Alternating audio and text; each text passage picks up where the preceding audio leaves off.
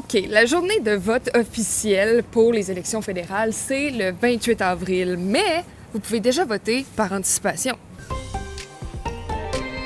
Vous avez juste à entrer votre code postal pour voir le bureau de vote d'Élections Canada le plus proche. C'est possible de le faire jusqu'au 22 avril. Sinon, dès dimanche, plusieurs campus offrent de venir voter, notamment pour les étudiants, même s'ils sont loin de leur circonscription officielle. Le vote sur le campus, c'est du 13 au 16 avril. Par exemple, ici à Québec, on peut voter à l'Université Laval, à l'UQAR Campus Lévis et au Cégep Garneau et Sainte-Foy.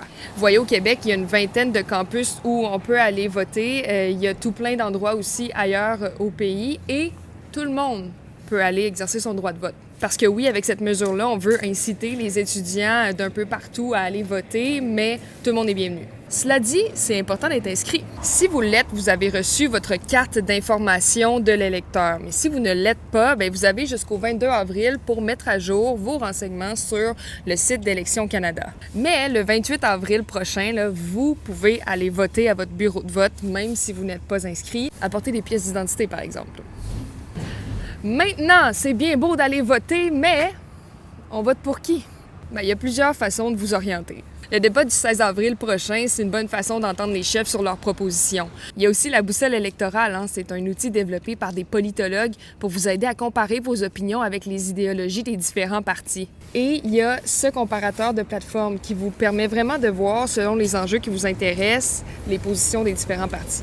Hey, ça en fait de l'info, hein? Mais les plus pertinentes à retenir, c'est s'informer, c'est cool, puis aller voter.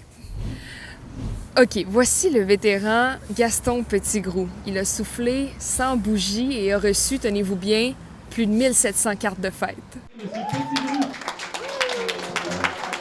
Gaston Petitgrou est un vétéran né à Québec qui a entre autres combattu dans la bataille de l'Atlantique pendant la Deuxième Guerre mondiale.